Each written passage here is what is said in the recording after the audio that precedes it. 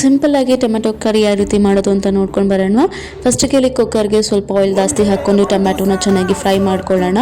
ಅದ್ರ ಜೊತೆಗೆ ಸ್ವಲ್ಪ ಬೆಳ್ಳುಳ್ಳಿ, ಹಸಿಮೆಣಸಿನ್ಕಾಯಿ ಹಾಕ್ಕೊಂಡು ಚೆನ್ನಾಗಿ ಫ್ರೈ ಮಾಡಿಕೊಂಡು ಅದನ್ನು ಮಿಕ್ಸಿ ಜಾರ್ಗೆ ಹಾಕ್ಕೊಂಡು ಕೊತ್ತಂಬರಿ ಸೊಪ್ಪನ್ನ ಸೇರಿಸ್ಕೊಂಡು ನುಣ್ಣಗೆ ಪೇಸ್ಟ್ ಮಾಡ್ಕೊಳ್ಳೋಣ. ನೀರು ಹಾಕೋದು ಬೇಡ. ಮತ್ತು ಅದೇ ಕುಕ್ಕರ್ಗೆ ಸ್ವಲ್ಪ ಆಯಿಲ್ ಹಾಕ್ಕೊಂಡು ಸಾಸಿವೆ, ಕರಿಬೇವು, ಈರುಳ್ಳಿ ಸ್ವಲ್ಪ ರೆಡ್ಡಿಶ್ ಆಗೋವರೆಗೂ ಹುರ್ಕೊಂಡು ನಾವೇನು ಪೇಸ್ಟ್ ಮಾಡಿ ಇಟ್ಕೊಂಡಿದ್ವಿ ಅದನ್ನು ಹಾಕ್ಕೊಳ್ಳೋಣ.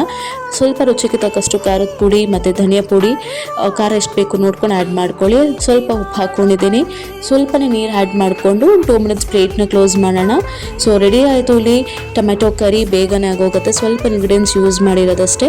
ಇಲ್ಲಿ ಬಿಸಿ ಬಿಸಿ ಅನ್ನಕ್ಕೆ ಸರ್ವ್ ಮಾಡ್ಕೋತಾ ಇದ್ದೀನಿ. ತುಂಬ ಚೆನ್ನಾಗಿರುತ್ತೆ, ಖಾರನೂ ಕೂಡ ಲೈಟಾಗಿರುತ್ತೆ. ಒಂದ್ಸರಿ ಟ್ರೈ ಮಾಡಿ ನೋಡಿ. ಚಪಾತಿ ಬಿಸಿ ಬಿಸಿ ಅನ್ನಕ್ಕೆ ಸೂಪರ್ ಆಗಿರೋ ಕಾಂಬಿನೇಷನ್ ಇದು. ಈ ರೆಸಿಪಿ ಇಷ್ಟ ಆಗಿದ್ರೆ ನನ್ನ ಪೇಜ್ನ ಫಾಲೋ ಮಾಡೋದನ್ನ ಮರಿಬೇಡಿ. ಮುಂದಿನ ವಿಡಿಯೋಲಿ ಸಿಗ್ತೀನಿ ಅಂತ ಹೇಳ್ತಾ ಬಾಯ್.